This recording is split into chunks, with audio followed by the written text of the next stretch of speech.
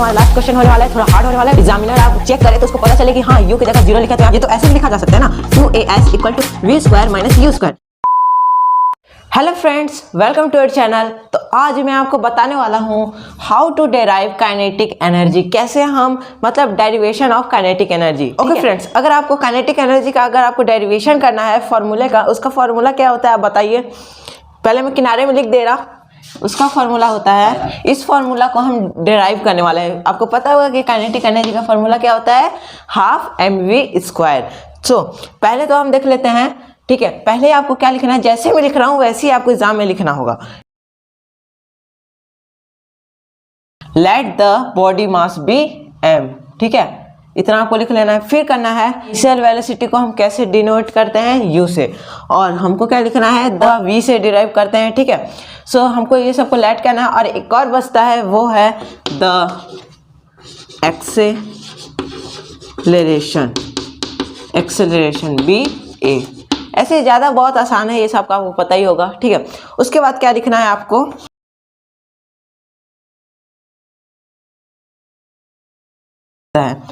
आपको पता होगा F इक्वल टू ma होता है, क्या, force equal to mass multiply acceleration. So हमको एक्सेलरेशन को फाइंड करना है, तो क्या होगा, ये दोनों मल्टीप्लाई में है, जब मल्टीप्लाई होगा तो m क्या जाएगा, नीचे जाएगा, तो हमारा a का वैल्यू है वो कितना हो रहा है, F बाय m। ये हमको कर लेना है, ठीक है, ये ठीक है, इतना तक आपको कर लेना है। जल्दी से आप नोट कर लीजिए, उसके बाद फिर मैं मिटाने वाला हूँ, या फिर मैं यहाँ पे कर ले रहा, ठीक है। उसके बाद फिर आपको क्या करना है, यहाँ पे लिखना है, इसके बाद वाला है, ठीक है।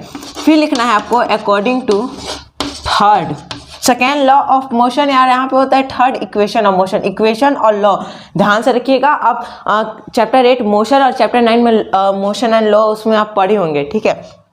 So according to the third equation of motion क्या होता है, आप बताइए क्या होता है, जल्दी से कमेंट करिए, या फिर अपने नोटबुक में जल्दी से लिख लीजिए, और मैं भी लिखता हूँ। क्या होता है वो, v square equal to u square plus 2as। अब कुछ बच्चे बोलेंगे कि सर ये तो ऐसे भी लिखा जा सकता है ना, 2as equal to v square minus u square. देखिए दोनों सही है, क्योंकि ये जो u स्क्वायर है वो प्लस में है, और ये अगर इस तरफ जाएगा तो माइनस हो जाएगा, तो दोनों सही हैं, आप गलत नहीं है, ठीक है। सो इतना हो जाने के बाद अब आपको क्या करना है, अब मैं यहाँ से स्टार्ट कर रहा हूँ, ठीक है।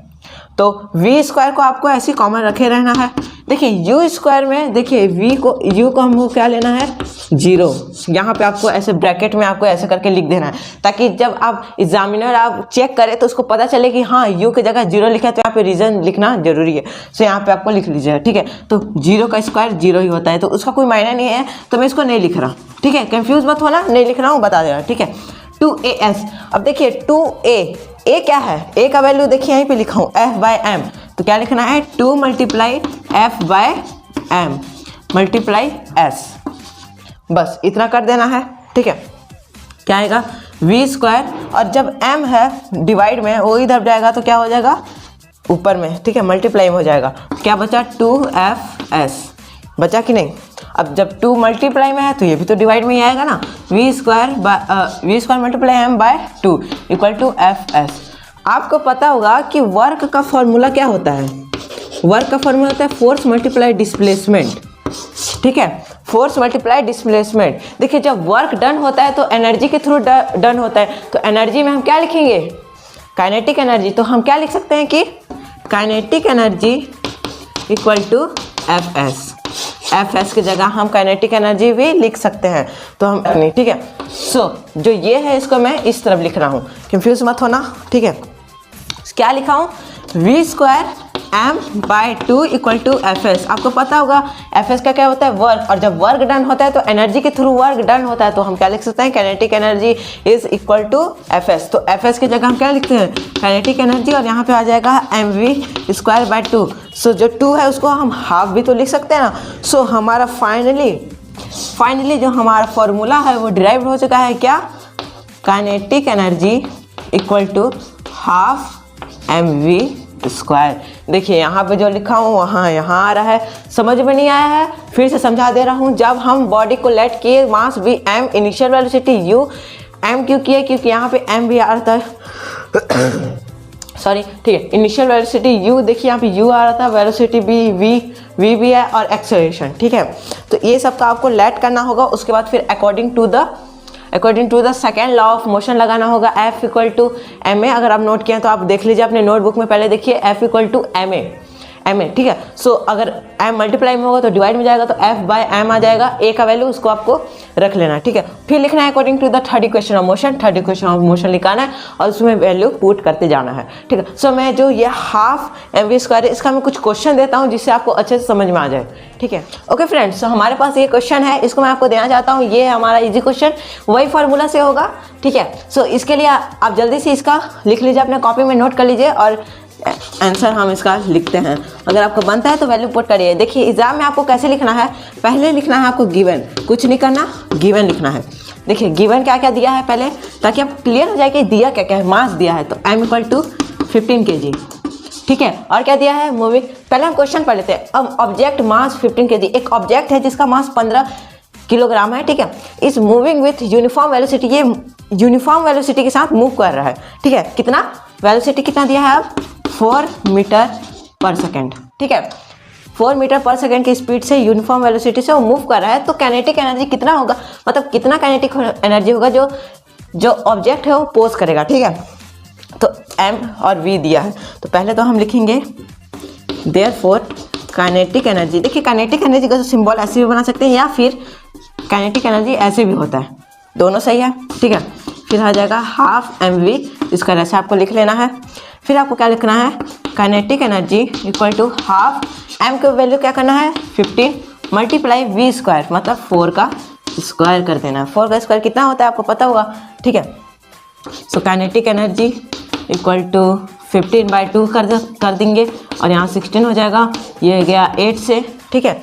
सो हमारा फाइनली जो काइनेटिक एनर्जी जो आंसर आ रहा है वो कितना आ रहा है, अगर 8 से मल्टीप्लाई 8 5 0 40 और 1 120। और काइनेटिक एनर्जी का क्या होता है, जूल, क्या होता है, जूल, ठीक है। सो हमारा जो कितना आ जाएगा, the 120 joule possessed by the object. अगर आपका भी इतना आंसर आया तो आप बिल्कुल पूरे तरीके से आप समझ चुके हैं कि काइनेटिक एनर्जी क्या होता है। नेक्स्ट क्वेश्चन देने वाला हूँ, हमारा लास्ट क्वेश्चन होने वाला है, थोड़ा हार्ड होने वाला है, कोई बात नहीं, टेंशन कोई लेने की जरूरत नहीं है। ऐसे क्वेश्चन आते रहेंगे एग्जाम में, तो आपको सॉल्व करते रहना है फ्रेंड्स। सो हमारा जो नेक्स्ट क्वेश्चन है थोड़ा हार्ड होने वाला है लेकिन ईजी है बहुत, आपको बस समझने में देरी है, ठीक है। What is a work done, हमको वर्क कितना डन होने वाला है, मतलब ठीक है। To increase velocity of a car, car का हम वेलोसिटी को इंक्रीज कर देंगे फ्रॉम 30 किलो, पहले 30 किलोमीटर पर आवर चलता था, अब 60 किलोमीटर पर आवर तक हम इंक्रीज कर देंगे, तो कितना वर्क डन होगा, ठीक है, कार के हिसाब से। तो अगर कार का मास 15 kg हुआ तो सो हम निकालने वाले हैं। पहले तो हम क्या लिखेंगे, गिवन, मैं आपको बताया था मास कितना दिया है 1500 kg, ठीक है।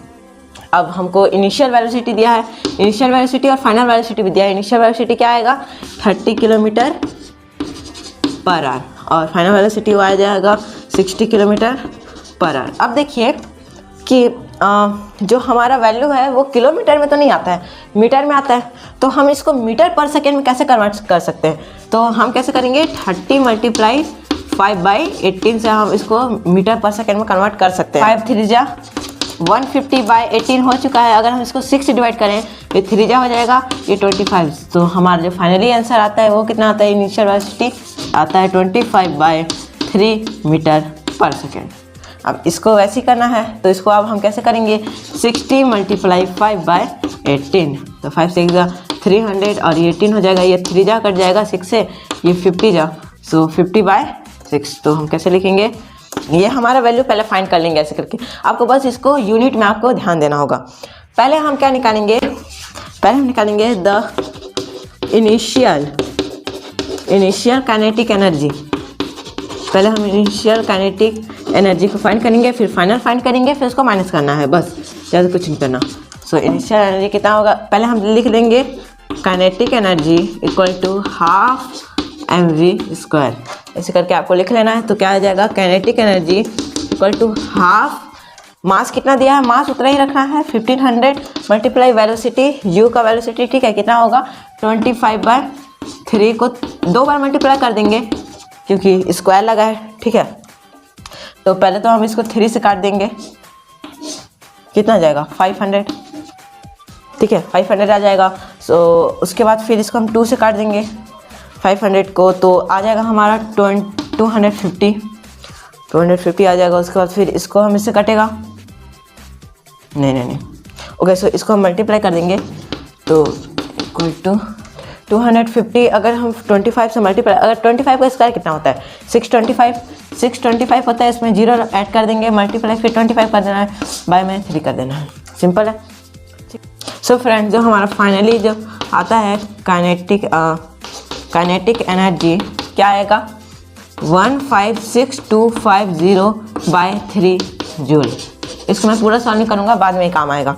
सो पहले इसको आप नोट कर लीजिए, क्योंकि मैं इसको इरेज करने वाला हूँ, तो आप जल्दी से इसको नोट कर लीजिए, ठीक है। The final kinetic